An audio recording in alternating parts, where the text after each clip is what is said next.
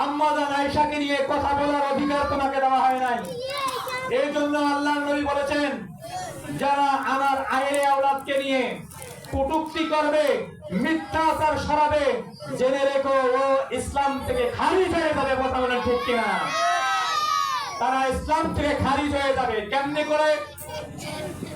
আপনাদেরকে যদি বুঝাই, সামান্য কথায় বুঝাইলে বুঝে আসবে। দেখেন, কোন এক যুবক নতুন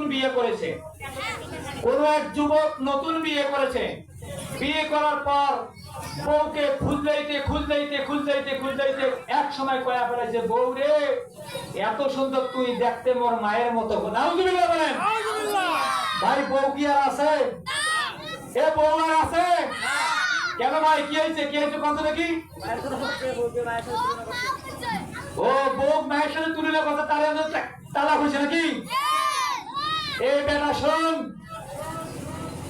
যখন বউকে মায়ের সাথে তুলনা করবি, তখন তোর মা নয়, তোর বউ অটল তালাক হয়ে যাবে।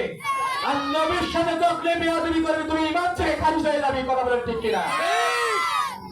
বেয়াদবি পাইছো তুমি, এরা মুসলমানের কথা শুনেছ, মুসলমানের রাগ বা ভয় তুমি এখনো শোনা নাই। তুমি ইকরামুলকে শুধু ইকরামুল নামে চিনেছো, কিন্তু ইকরামুলের ইত্যাদি তুমি এখন পর্যন্ত জানো নাই। তুমি শুনবা, একটু দাঁড়াও, আসতেছি।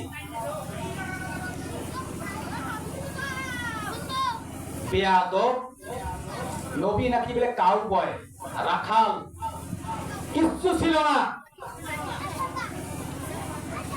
নবীর কিচ্ছু ছিল না, তিনি গরিব ছিলেন।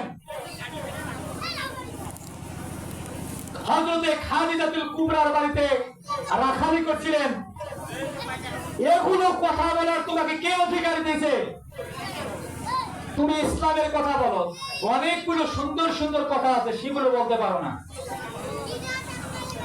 সম্মানিত হাজিরিন,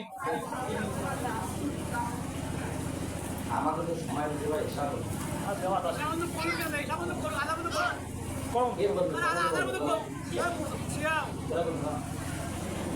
আচ্ছা। তো আমি আর কথা না বাড়াই, যেহেতু বক্তা আছে এখানে।